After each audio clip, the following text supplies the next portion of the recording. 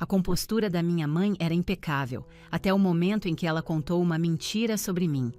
Estávamos todos no saguão exclusivo do terminal de jatos particulares, um ambiente tão estéril que o único cheiro era de dinheiro novo e couro caro.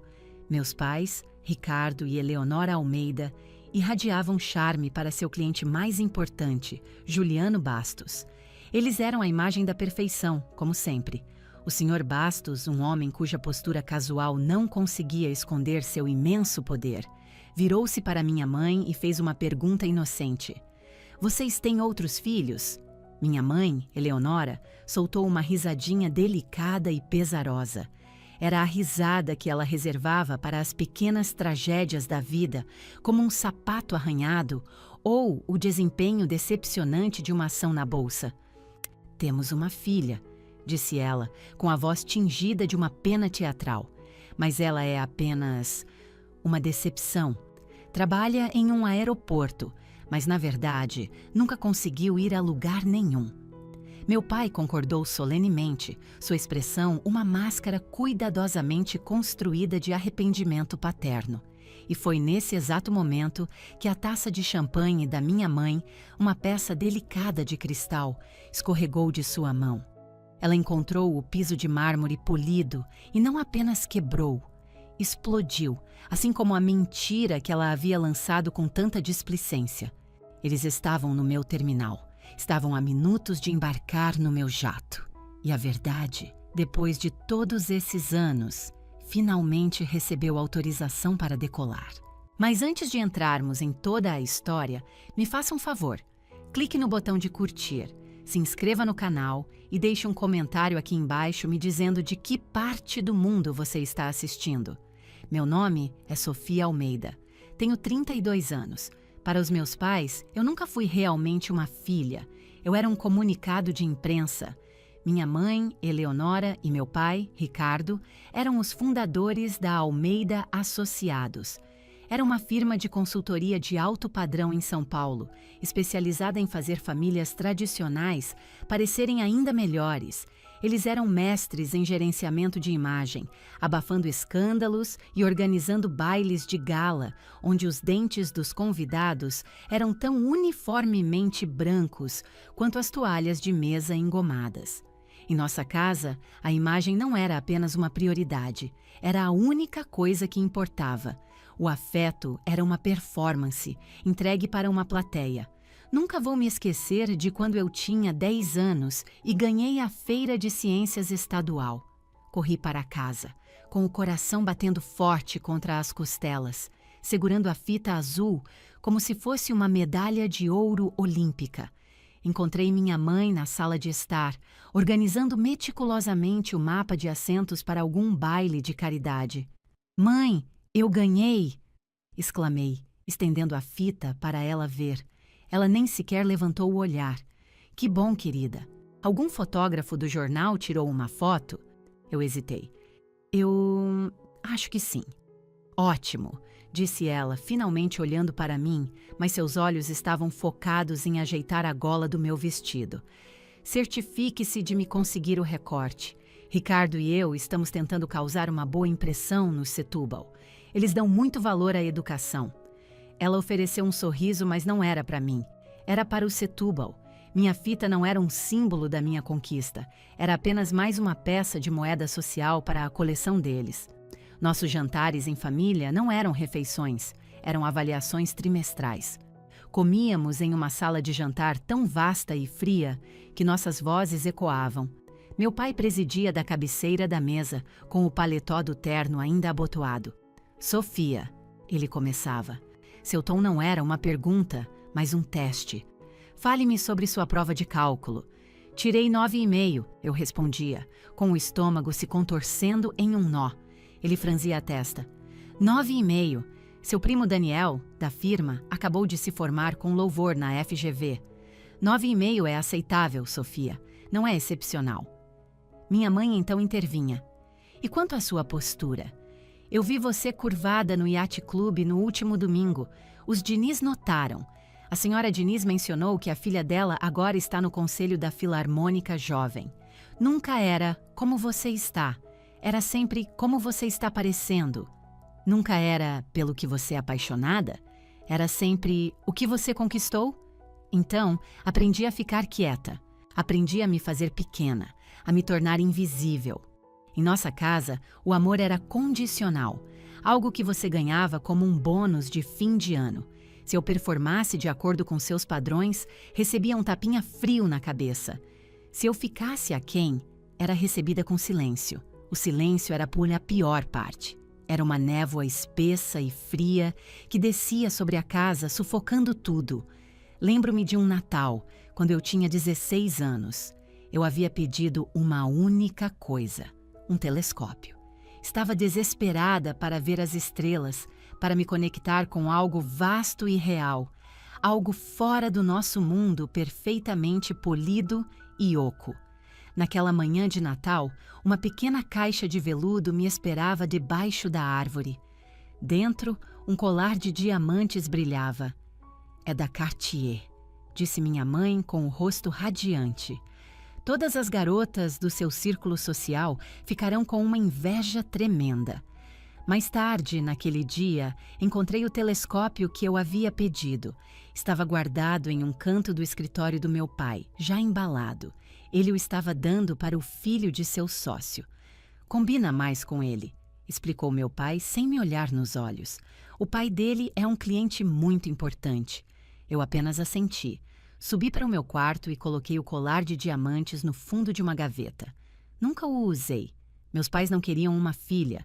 Eles queriam uma extensão da marca. Eu deveria ser a maior realização da Almeida Associados, a filha impecável, talentosa e bonita, que se casaria com outra família poderosa e melhoraria seu perfil público. Mas eu não era uma marca. Eu era apenas uma pessoa, e em nossa família, essa era a única coisa que não era permitido ser. Passei minha infância inteira me sentindo como um fantasma, assombrando minha própria casa. Eu caminhava pelos corredores de mármore, passando pela arte abstrata e pelos móveis minimalistas, e sentia um vazio desconcertante. A casa não era um lar, era um palco, e eu era apenas um adereço de fundo. Meus pais eram arquitetos brilhantes de imagem. Eles construíram uma bela e reluzente gaiola de expectativas, e eu era o pássaro canouro colocado dentro dela. Eles poliam as barras de ouro e se gabavam para todos sobre a sorte que eu tinha de viver nela. Eles nunca entenderam que uma gaiola, não importa quão dourada, ainda é uma gaiola. Eles falavam de mim enquanto eu estava sentada bem ali, como se eu fosse um móvel. "Ela tem um cabelo maravilhoso", minha mãe comentava com as amigas durante o brunch. Ela puxou isso do meu lado da família, mas é tão dolorosamente tímida. Estamos trabalhando nisso. Uma filha tímida não projeta o tipo certo de confiança para o nome Almeida. Meu pai era ainda pior, todo negócios o tempo todo. "Sofia, você precisa entender a arte do networking", ele me dizia incansavelmente durante todo o ensino médio. "Cada amigo que você faz é um futuro contato. Cada festa que você vai é uma potencial oportunidade de negócio. Não perca seu tempo com pessoas que não podem avançar sua posição." Eu tinha uma amiga de verdade, a Mariana. O pai dela era um mecânico que tinha uma pequena oficina. Ela era gentil e engraçada e me fazia sentir como uma pessoa normal. Meus pais descobriram. "Você não pode ser vista com aquela garota, Sofia", disse minha mãe com o rosto tenso com uma raiva rara e genuína. "O que as pessoas vão pensar? É vergonhoso." Eles me fizeram terminar a amizade. Disseram-me que ela não era do nosso tipo de gente. Aprendi a viver duas vidas. A primeira era a que meus pais curavam.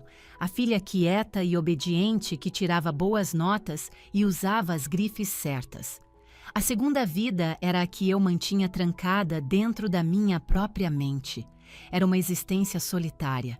Eu me sentava no meu quarto perfeitamente decorado, em nossa casa perfeitamente curada, e sentia um vazio profundo e avassalador.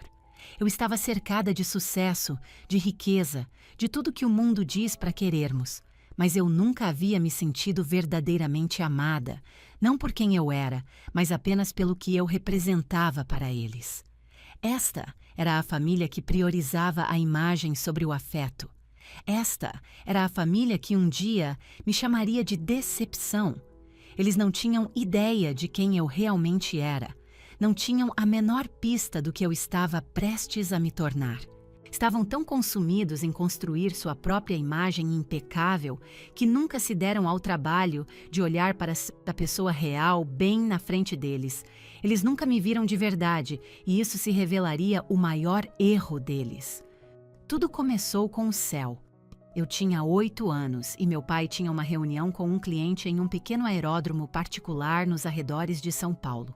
Fui arrastada junto, servindo meu papel usual de adereço para o homem de família fechando um negócio.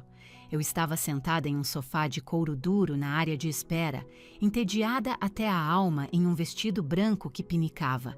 A instrução final da minha mãe tinha sido para sentar perfeitamente quieta e não tocar em nada.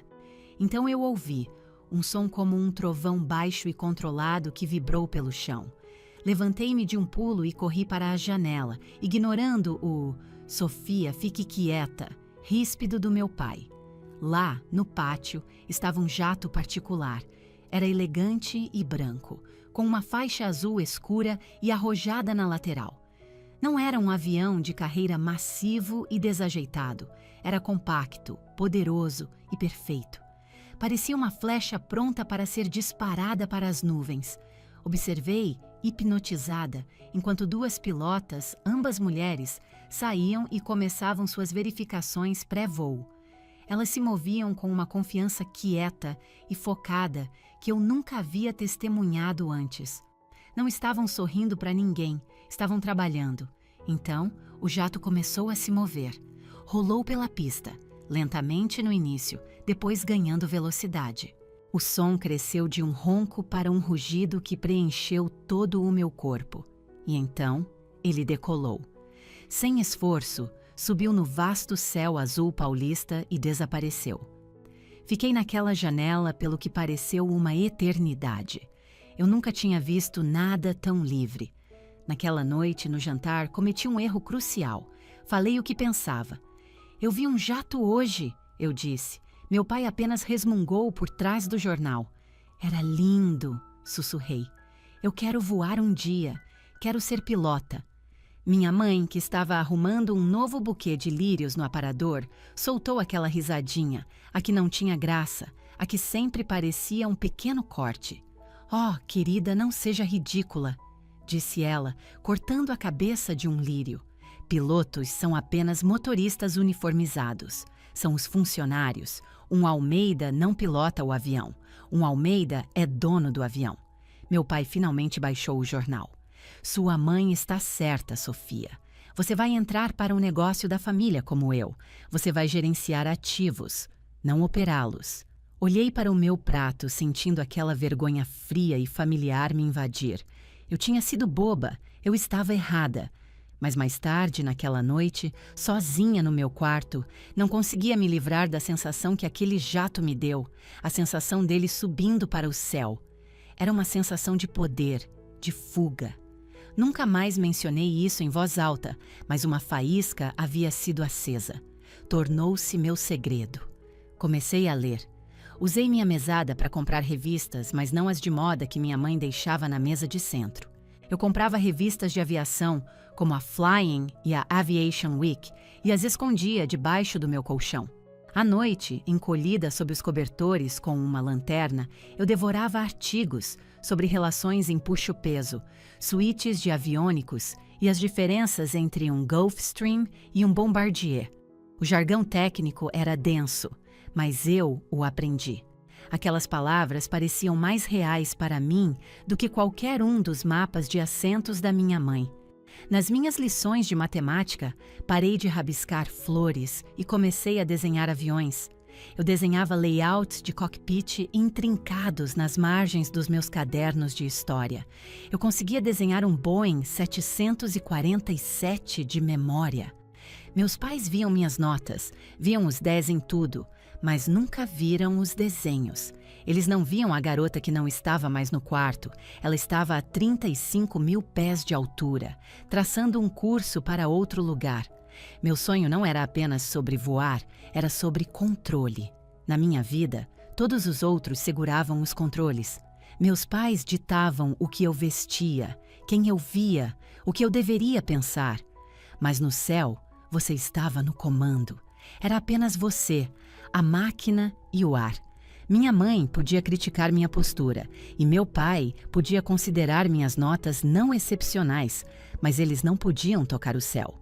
Quando eu tinha 12 anos, a biblioteca da minha escola estava se desfazendo de livros antigos. Encontrei um manual técnico grosso para um Cessna 172. Estava 20 anos desatualizado, mas eu o peguei. Levei-o para casa, escondido na minha mochila, como se fosse um tesouro roubado. Li aquele livro até a lombada quebrar e as páginas começarem a cair. Aprendi sobre listas de verificação pré-voo, velocidades de stall e navegação. Em teoria, eu sabia como pilotar um avião antes mesmo de saber dirigir um carro. A rejeição dos meus pais ao meu sonho não o esmagou, ela o protegeu, porque eles o consideravam uma fantasia boba e de classe baixa. Nunca procuraram seus vestígios, porque achavam que estava abaixo deles. Nunca suspeitaram que eu estava secretamente construindo um mundo inteiro no qual eles não podiam entrar. Seus insultos se tornaram minha armadura. O desinteresse deles se tornou minha camuflagem. Quando meu pai me acusava de ser desfocada, eu estava, na verdade, memorizando o painel de instrumentos de um Learjet. Quando minha mãe lamentava que eu era quieta demais, eu estava, na verdade, imaginando a comunicação de rádio entre um piloto e o controle de tráfego aéreo. Eles pensavam que estavam preparando uma futura consultora. Pensavam que estavam polindo um adereço para seu grande palco, mas eu estava fazendo algo completamente diferente. Eu estava construindo uma pista de decolagem. Era a única parte da minha vida que era verdadeira e completamente minha.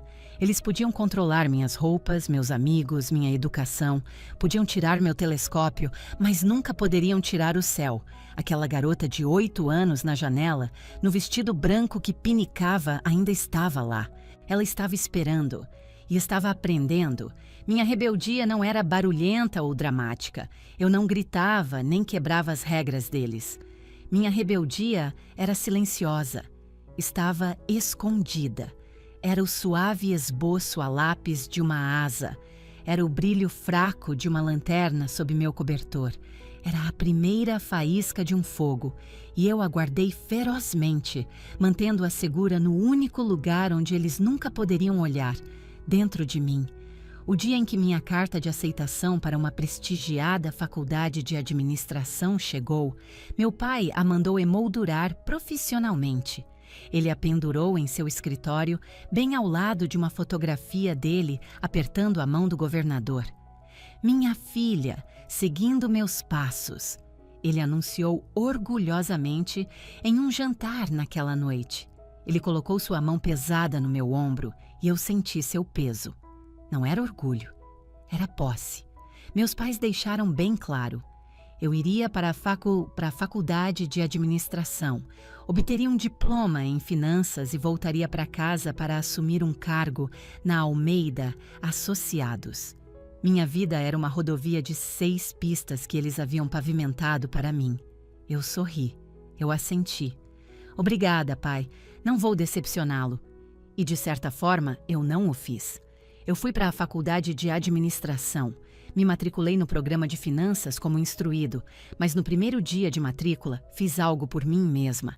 Atravessei o campus extenso até a Escola de Engenharia e Ciências Aplicadas.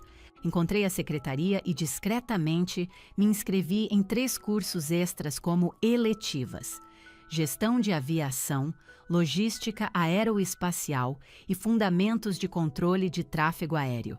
Meus pais pagavam minha mensalidade, mas eles só viam a fatura da faculdade de administração. Nunca viram a das aulas extras.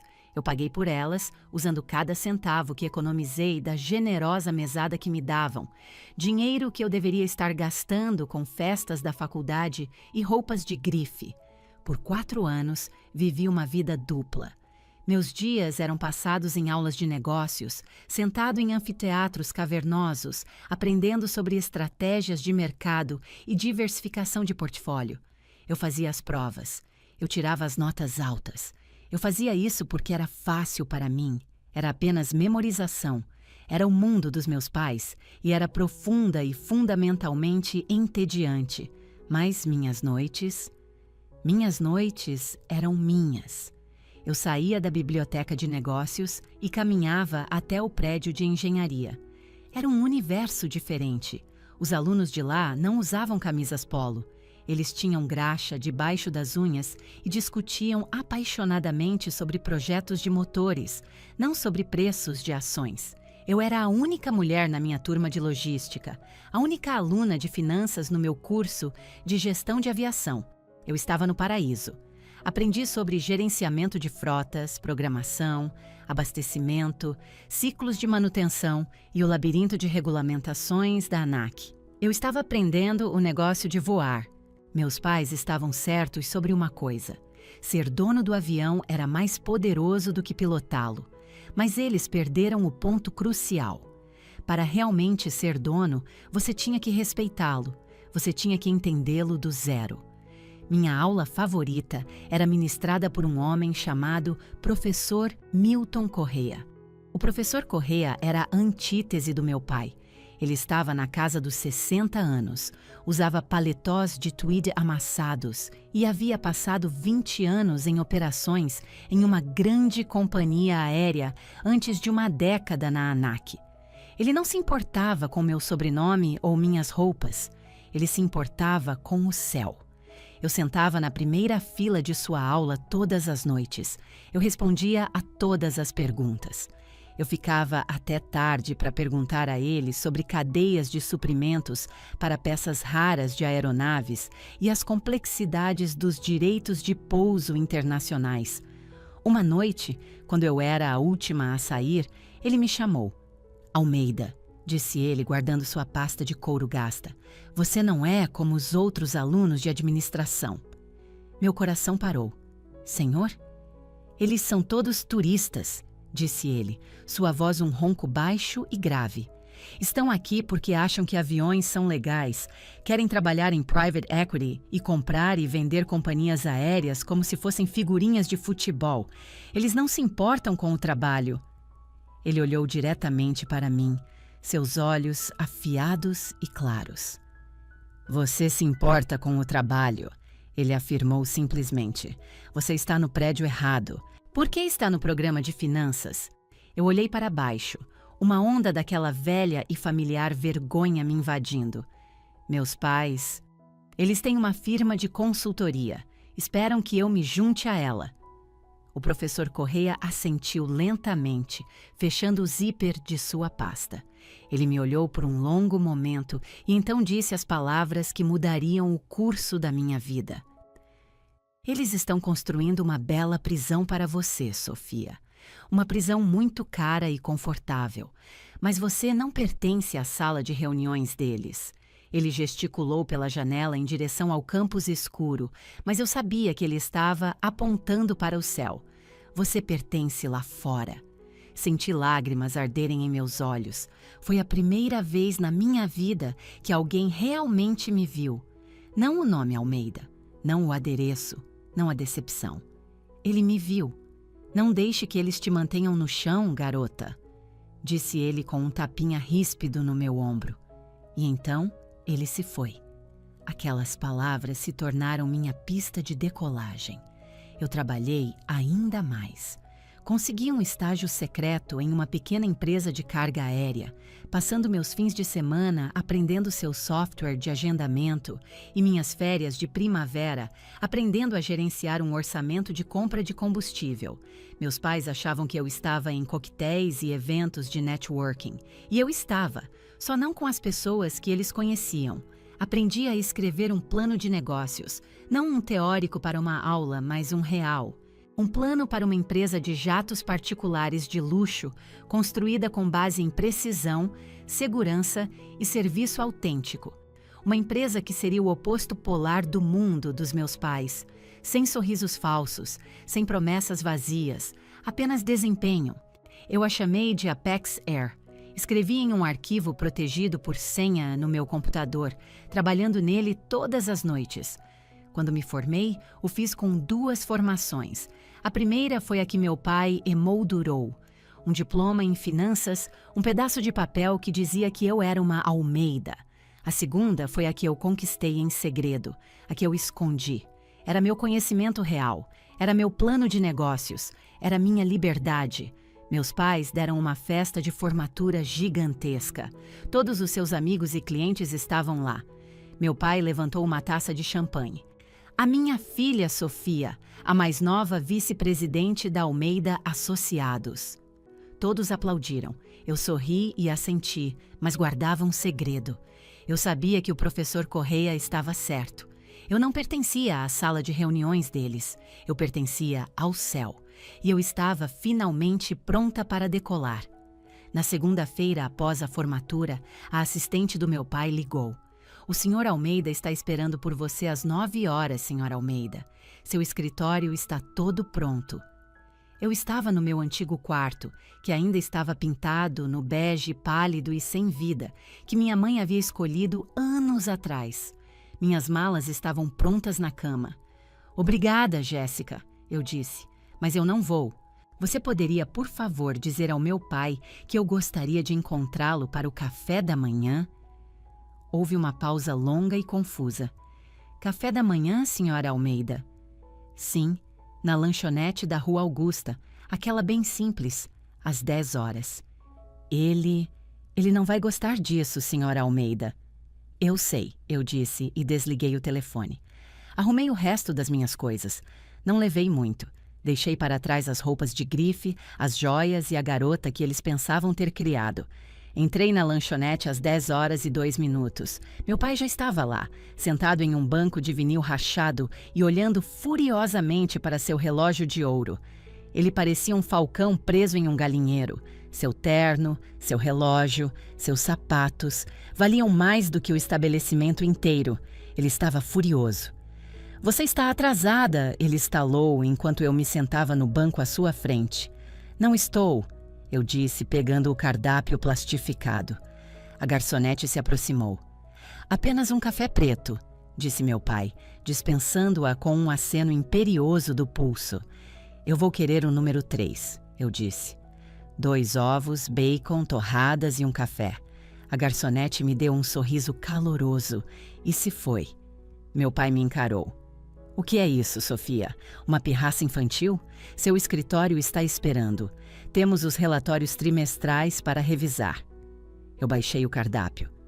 Eu não vou para a firma, pai. As palavras pairaram no ar.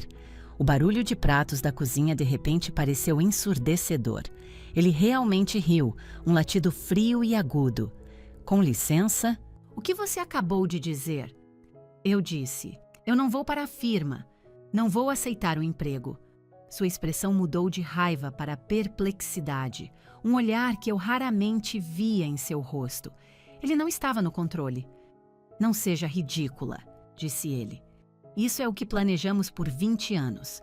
Toda a sua educação foi voltada para isso. Era o seu plano, pai, não o meu. A garçonete trouxe nossos cafés. Tomei um gole. Estava quente, amargo e real. Então, qual é o seu grande plano? Ele perguntou, sua voz escorrendo sarcasmo. Você vai ser uma... O que era mesmo? Uma motorista de ônibus no céu? Vou trabalhar com aviação, sim, eu disse mantendo a voz firme. Vou aceitar um emprego em uma companhia aérea regional. No aeroporto? Ele disse a palavra como se fosse algo vil. Sim, vou trabalhar em operações, turno da noite. O salário é de R$ 5.000 por mês. Meu pai me encarou como se eu tivesse acabado de anunciar que me mudaria para Marte. Então a raiva voltou, mais sombria desta vez. 5.000, ele sussurrou, a voz perigosamente baixa. Eu pago mais do que isso ao meu jardineiro. O cargo que te ofereci começa em 30.000 por mês, com bônus. Eu não quero. Isso não é sobre o que você quer. Ele finalmente gritou. A lanchonete ficou em silêncio. Ele baixou a voz para um silvo furioso. Isso é sobre família, é sobre o nosso nome. O que eu devo dizer às pessoas? O que eu digo ao Setúbal? Que minha filha, formada em finanças por uma das melhores faculdades do país, está trabalhando no turno da noite em um aeroporto. Minha comida chegou. Peguei meu garfo. Você pode dizer a eles a verdade, pai. Ou pode mentir. Você é bom nisso. É o que sua empresa faz, não é? Gerenciar a imagem. Seu rosto ficou de um vermelho profundo e manchado. Ele se levantou tão abruptamente que a mesa tremeu. Ele jogou uma nota de R$ 100 na mesa. Você é uma vergonha, ele sibilou. Uma vergonha para o nome Almeida.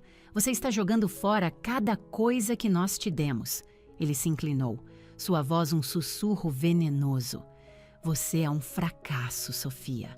Um completo e absoluto fracasso. Ele se virou e saiu furioso, o sininho na porta da lanchonete soando zombeteiramente. Fiquei ali, olhando para meus ovos e bacon. Podia sentir os olhos de todos na lanchonete em mim. Eu deveria estar arrasada. Deveria estar em lágrimas. Ele tinha acabado de lançar contra mim a palavra que eu temia a vida inteira: fracasso. Mas eu não me sentia uma fracassada. Eu me sentia leve.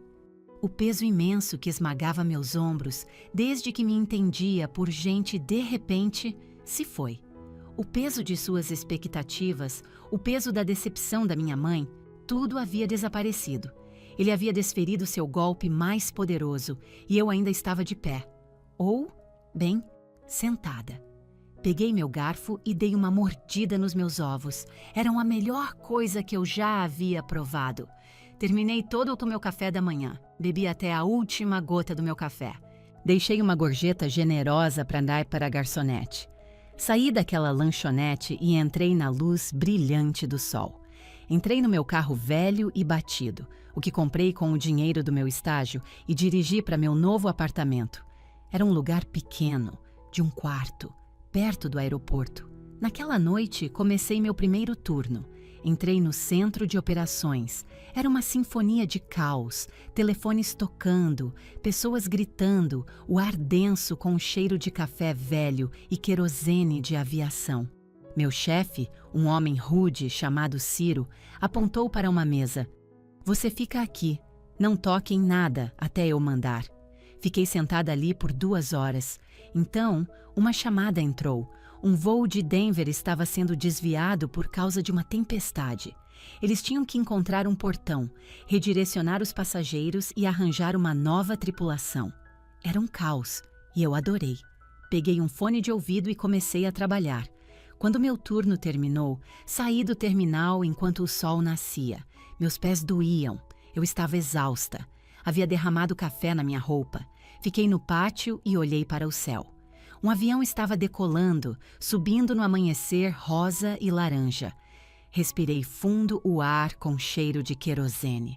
Pela primeira vez na minha vida, me senti completamente livre. Eu estava respirando querosene de aviação em vez de expectativa. Meu pai estava errado. Eu não era um fracasso. Eu era finalmente, verdadeiramente, eu mesma. Aquele primeiro ano foi um tipo especial de inferno, do tipo belo e exaustivo que você só aprecia em retrospecto. Minha existência foi reduzida ao essencial. Meu trabalho na companhia aérea regional ia das 23 horas às 7 horas. Meu apartamento era uma caixinha perto do aeroporto, com paredes finas como papel que me permitiam ouvir as comédias do meu vizinho, quisesse eu ou não. Mas cada centímetro dele era meu. O sono era um luxo, conquistado em blocos de 4 horas entre o fim do meu turno e a abertura da biblioteca pública. Eu acordava à tarde, com o sol já alto no céu, e meu dia começava.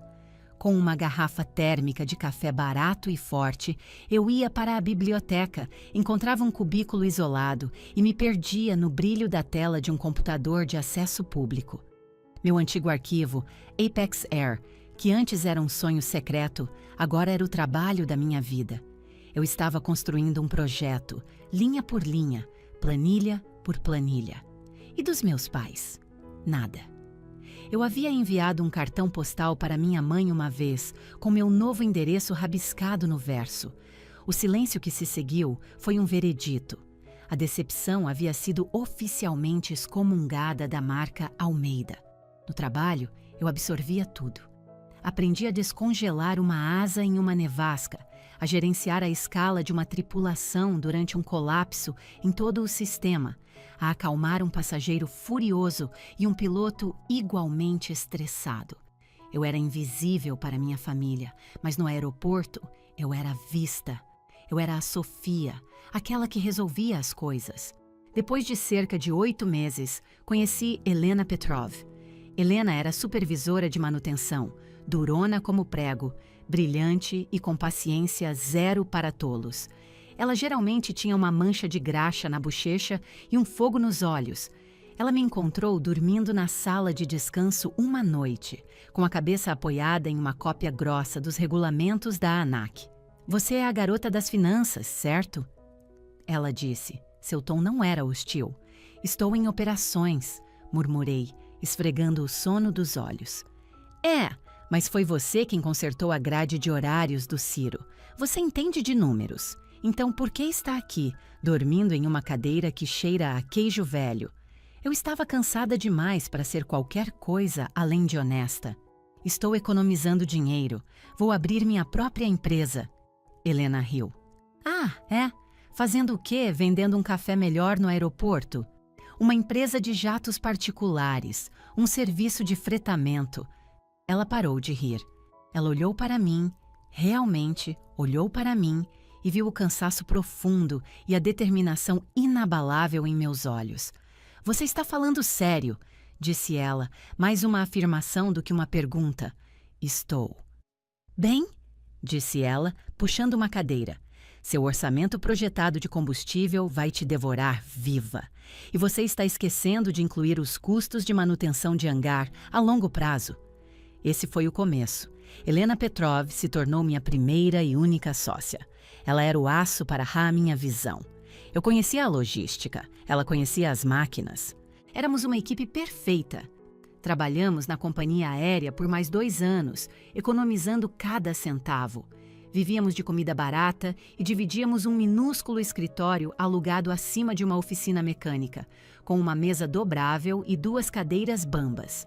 Levei meu plano de negócios a 20 bancos diferentes. Todos disseram não.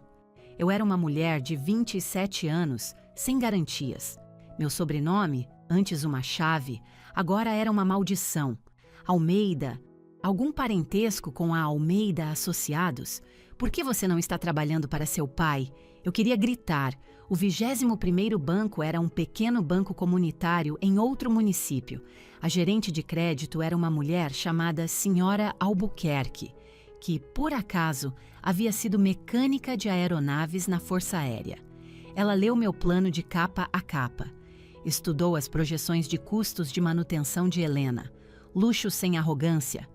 Ela leu em voz alta da minha declaração de missão. Precisão sem pretensão. O que isso significa? Significa que nossos clientes estão pagando por segurança e confiabilidade. Eu disse, não por uma pia banhada e a ouro. Significa que o jato é perfeito, a tripulação é perfeita, o cronograma é perfeito, o serviço é real, não uma performance. A senhora Albuquerque me olhou por cima dos óculos. Você é filha do Ricardo Almeida. Meu coração afundou. Sim, ele é um tolo, disse ela secamente. Ela aprovou nosso empréstimo. Era pequeno, mal o suficiente para arrendar um único jato de 10 anos, mas era um começo. Batizamos nosso primeiro avião de U Correa, em homenagem ao meu antigo professor. A Apex Air havia nascido. No início, éramos apenas eu e Helena. Eu era a CEO, programadora, faxineira e contadora. Helena era a COO, chefe de manutenção, e a outra faxineira. Nossos primeiros clientes eram pequenos empresários, pessoas que se sentiam repelidas pela cultura chamativa e arrogante das grandes empresas de jatos. Eles gostaram do nosso modelo sem pretensão. Gostaram que o avião estava sempre na hora, que o café estava quente e que a tripulação genuinamente parecia se importar. O boca a boca é um motor poderoso. Nós crescemos. Um jato se tornou 2, depois 2 se tornaram 4. Contratamos pilotos que, como nós, se importavam com o trabalho de voar. Contratamos comissários de bordo que eram treinados em segurança primeiro, serviço em segundo. Construímos nossa empresa sobre a única coisa que meus pais nunca entenderam: substância. Nossa reputação se espalhou. Não éramos os maiores, mas éramos os melhores. Tornamo-nos a empresa de referência para CEOs e clientes de alto perfil que precisavam que as coisas fossem perfeitas, sem exceções. Mudei do meu apartamento minúsculo. Comprei um apartamento.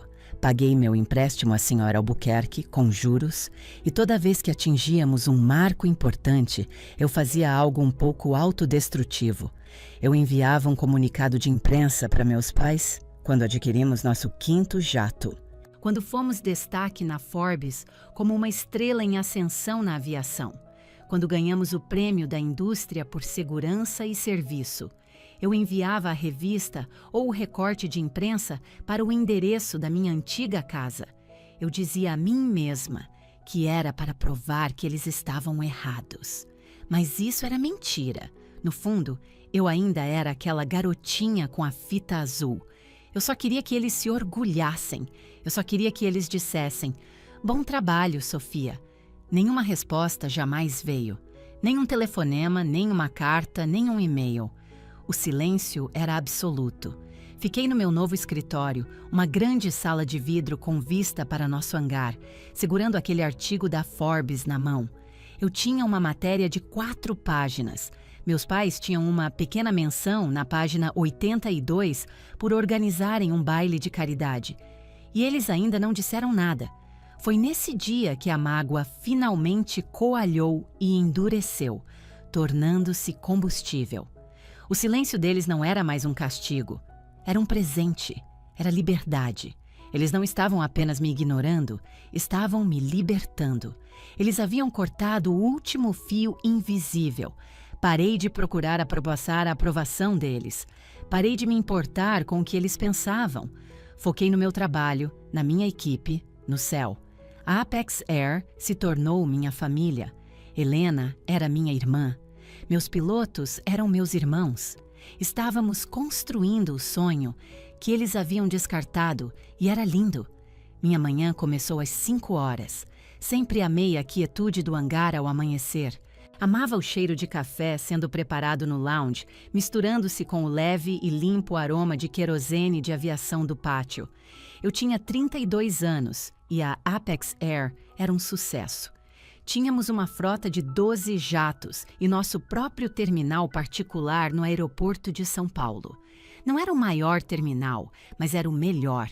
Foi construído com substância, lounges silenciosos, Wi-Fi ultra rápido, o melhor café do estado e a equipe de solo mais eficiente do ramo. Naquela manhã, eu estava lá para receber pessoalmente um novo e muito importante cliente, Juliano Bastos. Ele era um bilionário da tecnologia, notoriamente reservado e conhecido por desprezar a cultura chamativa e arrogante de nossos concorrentes. Helena passou 6 meses o cortejando e ele finalmente concordou com um voo de teste. Era agora. Eu estava de uniforme, um vestido simples azul escuro com um broche de prata da Apex Air na lapela. Meu cabelo estava preso em um coque arrumado. Eu parecia profissional. Parecia que pertencia àquele lugar. Às 8h45, um sedã preto parou suavemente. Caminhei até a porta para cumprimentar meu cliente. Eu esperava Juliano Bastos, mas as 2 primeiras pessoas a saírem do carro foram meus pais. Eu congelei. Não os via pessoalmente há 7 anos. Eles pareciam exatamente os mesmos. Meu pai, Ricardo, em um terno perfeito, feito sob medida. Minha mãe, Eleonora, em um vestido cor de creme, com o cabelo impecável e seus diamantes brilhando ao sol da manhã. Eles estavam rindo e segurando taças de champanhe, um serviço de luxo oferecido por outros terminais, Um que eu havia proibido especificamente para meus clientes. Eu servia café. Eles não me viram. Estavam andando ao lado de outro homem, Juliano Bastos. O ar foi sugado dos meus pulmões. Eles eram seus consultores. Almeida Associados, claro. Eles estavam gerenciando sua imagem, suas viagens, sua vida. Instintivamente, recuei para uma pequena alcova perto da janela, meu coração batendo forte contra as costelas. Eu os observei. Minha mãe estava em modo de performance total, charmosa, elegante e completamente artificial. Juliano, você vai adorar esta nova empresa de jatos, ela arrulhou. Ricardo e eu os investigamos. Dizem que são muito precisos. Ela disse a palavra precisos, como se fosse um passatempo pitoresco. Juliano Bastos olhou ao redor do nosso terminal e viu um brilho de genuína apreciação em seus olhos. É silencioso. Gosto disso. Sem barulho, sem caos. Sim, disse meu pai, assumindo o crédito pela atmosfera sem hesitar. Nós só recomendamos o melhor absoluto para nossos clientes. Então Juliano Bastos fez a única coisa para a qual eu não estava preparada. Ele estava apenas jogando conversa fora. Ele se virou para minha mãe. Você e Ricardo construíram um legado tão impressionante, disse ele gentilmente. Seus filhos estão no negócio com vocês? O sorriso do meu pai se contraiu nos cantos. Minha mãe soltou aquela risadinha triste, a que eu conhecia tão bem, a que ela usou quando eu disse que queria ser pilota. Temos uma filha, disse ela, com a voz escorrendo pena. Mas ela é apenas uma decepção. Eu parei de respirar. Ah, disse Juliano, parecendo desconfortável. Sim, continuou minha mãe, caminhando em direção à mesma janela onde eu estava escondida. Ela ainda não me via. É trágico, na verdade. Demos a ela tudo, as melhores escolas, todas as oportunidades, e ela simplesmente jogou tudo fora. Ela trabalha em um aeroporto, acrescentou meu pai, com a voz em um tom baixo e pesaroso. Apenas um emprego. Ela nunca conseguiu ir a lugar nenhum. Ela trabalha em um aeroporto. Uma decepção. A mentira era tão limpa, tão perfeita, protegia a imagem deles e me apagava completamente. Que pena, disse Juliano, olhando para o relógio. É mesmo, disse minha mãe. Mas estamos muito orgulhosos do que construímos. Ela se virou da janela, e foi aí que o cliente do meu pai, Juliano Bastos, me viu. Ele tinha visto minha foto. Tinha lido o artigo da Forbes. Helena havia enviado a ele todo o perfil da nossa empresa. Seus olhos se arregalaram em reconhecimento. Sofia, disse ele, sua voz uma mistura de surpresa e confusão. O que você está... Minha mãe e meu pai se viraram bruscamente. Eles me viram. O rosto do meu pai ficou branco como um osso. O sorriso perfeito da minha mãe congelou e depois se desfez. Espere um minuto, disse Juliano, um sorriso lento se espalhando por seu rosto. Ele olhou de mim para meus pais e de volta para mim. Esta é a empresa dela, disse ele. Saí da alcova, mantendo minha voz calma e firme. Olá, mãe, pai. A mão da minha mãe esteve perfeitamente firme até aquele exato momento. Seus olhos estavam fixos nos meus, arregalados com um tipo de terror que eu nunca tinha visto neles antes. E a taça de champanhe escorregou de seus dedos. Caiu no chão de mármore e se estilhaçou. O som foi como um tiro no terminal sereno. Champanhe, vidro e mentiras explodiram por toda a parte. Minha mãe encarou a bagunça no chão, depois olhou para mim. Sua ilusão de superioridade, sua imagem perfeita, seu mundo polido, tudo estava em pedaços afiados e quebrados a seus pés. O silêncio que encheu o terminal era absoluto. A mão da minha mãe ainda estava congelada no ar, vazia. Meu pai parecia ter sido atingido fisicamente. Juliano Bastos apenas me olhava com um sorriso impressionado e profundamente curioso. Uma de minhas funcionárias, uma jovem chamada Maria, começou a avançar com uma pá de lixo. Eu cuido disso, Maria, eu disse com a voz calma. Não tirei os olhos dos meus pais. Por favor, Apenas cuide da bagagem do Sr. Bastos. Estamos prontos para ele. Virei-me para Juliano. Sr. Bastos, peço desculpas por isso. Sou Sofia Almeida. É um prazer recebê-lo. Seu voo está pronto. Por favor, deixe-me acompanhá-lo até o jato. Juliano assentiu, seus olhos brilhando. O prazer é todo meu, Sr. Almeida. Uma operação muito impressionante que você tem aqui. Ele sabia, ele tinha visto tudo. Obrigada, senhor, eu disse. Comecei a caminhar em direção ao pátio e Juliano me acompanhou. Atrás de nós, ouvi a voz tensa do meu pai. Eleonora, venha. Meus pais nos seguiram, arrastando-se atrás de mim como crianças repreendidas. Caminhamos para o pátio. O jato estava esperando. Era nosso modelo mais novo, um Gulfstream G650, seus motores zumbindo com uma energia silenciosa e poderosa. Meu melhor piloto, o capitão Esteves, estava na porta. Bom dia, senhora Almeida, disse ele com um aceno nítido. Bom dia, capitão. Este é o Sr. Bastos e seus consultores, o senhor e a senhora Almeida. Meus pais se encolheram quando os chamei assim. Juliano Bastos embarcou no jato. Ele parou logo na entrada e eu o vi passar a mão sobre a madeira escura polida da antepara. Os assentos de couro eram de uma cor creme personalizada. O ar cheirava a café fresco, não a desinfetante. Isso é magnífico, disse ele, sua voz cheia de genuína apreciação. A atenção aos detalhes. Obrigada, senhor, eu disse. Nós mesmos projetamos os interiores. Meus pais embarcaram depois dele, movendo-se lentamente, como se estivessem em transe. Minha mãe olhou ao redor da cabine, com os olhos arregalados de incredulidade. Aquele único jato valia mais do que a casa dela. Aquela única aeronave valia mais do que toda a firma de consultoria deles. Eles se sentaram e, de repente, pareceram pequenos. Juliano sentou-se à frente deles. Eu permaneci de pé no corredor. Senhor Bastos, eu disse, minha equipe está pronta. Temos o plano de voo que o senhor solicitou e o Wi-Fi via satélite específico de que precisa para sua ligação. A café fresco e o café da manhã que o senhor pediu. Obrigado, Sofia, disse ele, usando deliberadamente meu primeiro nome. Isso está além do que sua COO, Helena, descreveu. É perfeito. Meu pai pigarreou, uma tentativa desesperada de recuperar alguma aparência de controle. Sim, bem, disse ele, ajustando a gravata. Sempre soubemos que nossa filha tinha um tino para os negócios. Ela puxou a mim, sabe? Estamos muito orgulhosos. Ele dirigiu seu sorriso de consultor para Juliano. Juliano Bastos não sorriu de volta. Ele olhou para meu pai, depois para minha mãe e de volta para mim. Ele se virou para meu pai.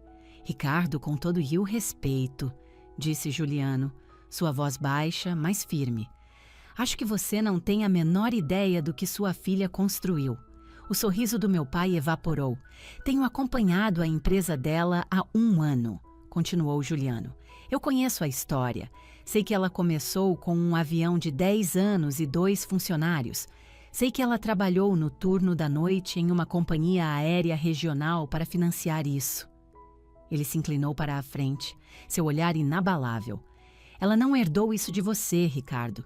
Ela é uma visionária. Ela construiu isso do nada. Ela construiu isso apesar de você. A cabine ficou em silêncio absoluto. Minha mãe parecia que ia passar mal. Meu pai, ele não tinha resposta. Estava sem palavras. Pela primeira vez em sua vida, Ricardo Almeida estava completamente sem palavras. Ele havia sido rebaixado de jogador a passageiro e agora era apenas um passageiro no meu mundo, no meu jato. Olhei para minha mãe e meu pai. Eles eram os fracassos agora. Eles eram as decepções. Eu deveria ter sentido uma onda de triunfo, uma onda de euforia, mas não senti. Apenas me senti cansada. Fiz um pequeno aceno para Juliano. Tenha um voo seguro, Sr. Bastos. Terei, Sofia, e vou ligar para você para discutir um contrato de longo prazo. Aguardo ansiosamente, eu disse. Virei-me e saí do jato. Não olhei para trás para meus pais. Desci as escadas e voltei para o pátio. Ouvi o baque surdo e o silvo quando o capitão Esteves selou a porta. Fiquei ali. Observei enquanto o meu jato, se afastava do portão. Observei o taxiar para a pista e o observei subir ao céu, levando meus pais para longe de mim. Meses se passaram. O contrato com Juliano Bastos foi assinado, um acordo gigantesco que solidificou a posição da Apex Air no topo da indústria. Eu estava em uma reunião revisando as análises trimestrais de custo de combustível quando um e-mail apareceu. Era de uma conta pessoal que eu não reconheci, mas o nome era do meu pai. Eu não tinha notícias dele há quase uma década. O assunto era apenas uma palavra: Sofia. Eu abri. O e-mail era curto. Sofia, sua mãe e eu gostaríamos de conversar quando você estiver pronta. Pai. Ele não havia assinado Ricardo. Ele havia assinado pai. Encarei a palavra. Parecia alienígena na tela.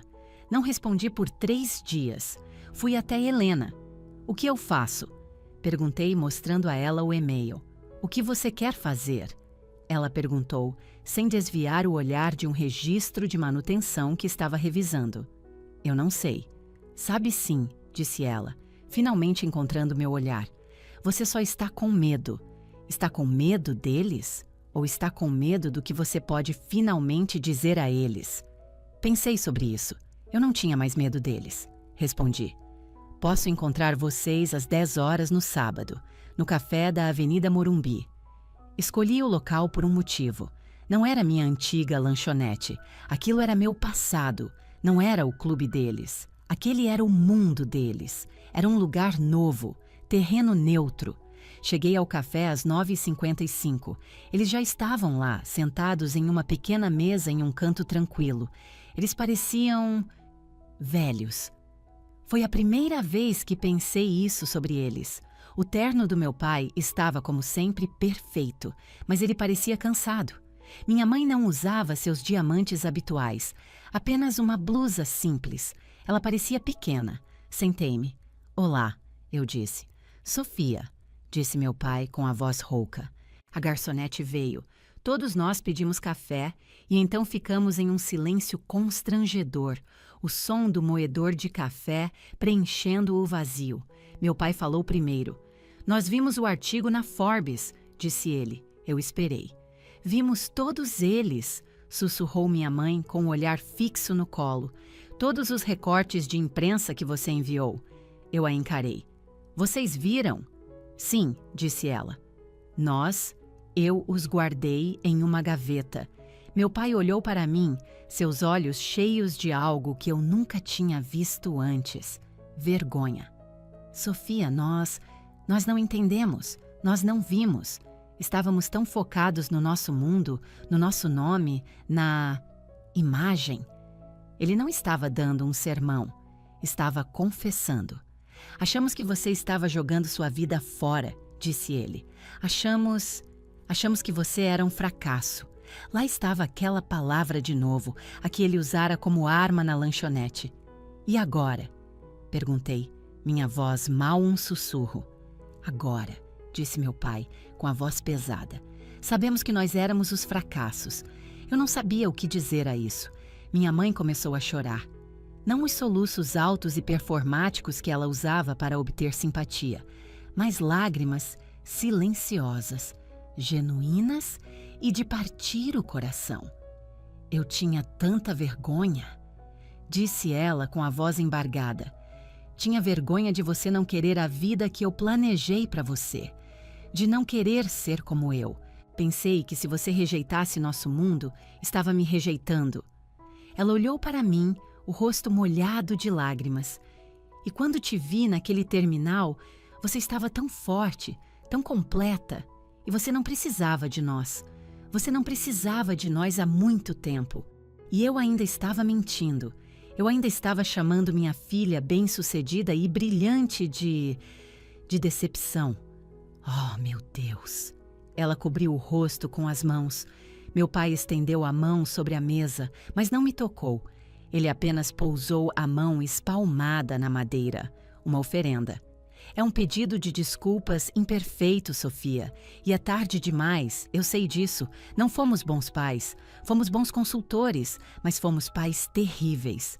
Olhei para eles, as duas pessoas que construíram minha gaiola, e não senti a raiva antiga. Apenas senti uma profunda tristeza. Tristeza pelos anos que perdemos. Tristeza pela garotinha que só queria que alguém se orgulhasse de sua fita azul. Eu sei, eu disse. A garçonete trouxe nossos cafés. Bebemos em silêncio por um momento. Sua empresa é incrível, Sofia, disse meu pai finalmente. Apex Air. É um bom nome. Obrigada, eu disse. Conversamos. Pela primeira vez em nossas vidas, realmente conversamos. Eles perguntaram sobre Helena. Perguntaram sobre o G650. Contei a eles sobre o professor Correia. Eles não deram sermão. Eles ouviram. Depois de 1 hora, olhei para o meu relógio. Preciso ir. Tenho uma reunião. Claro, disse meu pai, levantando-se. Minha mãe também se levantou. Estávamos do lado de fora, na calçada. Era um dia claro e ensolarado. O momento foi estranho. Minha mãe estendeu a mão como se fosse me abraçar e então se conteve. Sofia, disse ela, você consegue nos perdoar um dia? Olhei para ela, depois para meu pai. Pensei em todos os anos de silêncio, toda a dor, a profunda angústia de ser invisível. Eu já perdoei, eu disse. Eles pareceram confusos. Eu os perdoei há muito tempo. Expliquei suavemente. Não por vocês, por mim. Eu precisei. Não conseguia construir minha empresa e odiá-los ao mesmo tempo. Eu tive que deixar vocês irem. Minha mãe assentiu, novas lágrimas brotando em seus olhos. Eu entendo. Virei-me e fui embora. Não olhei para trás. Eu os havia perdoado, mas isso não significava que eu tinha que deixá-los entrar novamente. O perdão não era sobre eles. Era sobre mim. Era sobre largar o peso pesado do meu passado para que eu pudesse ser livre para voar. Era um encerramento. Era imperfeito. Era real. E era o suficiente. Era noite. Eu estava de volta onde eu pertencia. Não em um café, não em uma sala de reuniões, mas no hangar. O sol estava se pondo, pintando o céu de São Paulo, em tons brilhantes de roxo profundo e laranja ardente. A luz entrava pelas enormes janelas do hangar, projetando longas sombras dos meus jatos no piso de concreto polido. Eles estavam descansando, limpos, silenciosos e poderosos. Prontos. Fiquei perto da janela com uma xícara de café na mão. Éramos apenas eu e as máquinas. Ouvi passos e soube que era Helena. Ela veio e ficou ao meu lado, em silêncio por um momento, antes de me entregar um tablet. O novo manifesto para o contrato do Bastos, disse ela. Ele está adicionando mais 3 rotas internacionais. Ótimo, eu disse sem nem olhar. Ficamos juntas em um silêncio confortável, observando o céu escurecer. Então, disse ela finalmente, como foi? Café com os fantasmas do passado? Eu sorri. Foi silencioso. Eles estão consertados? Ela perguntou. Não, eu disse, tomando um gole do meu café. Mas eu estou. Helena assentiu. Ela entendia. Ela tinha sido minha família quando eu não tinha nenhuma. Ela era a irmã que eu havia escolhido. Nossa amizade foi construída sobre aço e querosene de aviação, não sobre aparências. Você construiu isso, Sofia, disse ela, gesticulando para o hangar e a frota dentro dele. Tudo isso, sem eles. Nós construímos isso, corrigia. É bem, disse ela, batendo o ombro no meu. Você foi a louca o suficiente para pensar que conseguiríamos. Ela me deixou ali com meus pensamentos. Voltei-me para a janela. Um jato de outra empresa estava decolando da pista principal, uma flecha prateada subindo no crepúsculo. Vi meu reflexo no vidro. Vi uma mulher, não uma menina. Eu não era a criança no vestido branco que pinicava, olhando para um avião pela primeira vez. Eu não era a estudante escondendo revistas debaixo do colchão. Eu não era um adereço. Eu não era uma extensão de marca. Eu estava calma. Eu estava firme. Eu estava completa. Meus pais tentaram escrever minha história. Tentaram me escalar como a filha fracassada, mas eu tirei a caneta das mãos deles. Eu escrevi minha própria história. Eu a escrevi em registros de operações e empréstimos bancários, em planos de negócios e nas trilhas de condensação dos meus próprios jatos, riscando o céu. Pensei no pedido de desculpas tardio da minha mãe e na triste confissão do meu pai. Foi bom que tenha acontecido. Foi um tipo de encerramento, mas não mudou nada fundamental. Eu não precisava do pedido de desculpas deles para ser completa. Eu não precisava da permissão deles para ser bem-sucedida. Eu não precisava da aprovação deles para ser feliz. Eu havia construído minha própria aprovação. Eu a havia conquistado. Sussurrei as palavras para meu próprio reflexo no vidro que escurecia. Eles me chamaram de fracasso. Observei enquanto a última nesga de sol desaparecia e as luzes da pista começavam a brilhar como um colar de pérolas. Mas meu fracasso construiu um império no céu, um lugar que a aprovação deles jamais poderia alcançar. O céu estava escuro agora, cheio de estrelas. O primeiro voo da noite estava se preparando. Eu podia ouvir o trovão baixo e belo dos motores ligando. Era o meu som. Era o meu mundo. O céu era finalmente, completa e irrevogavelmente meu. Fim da história.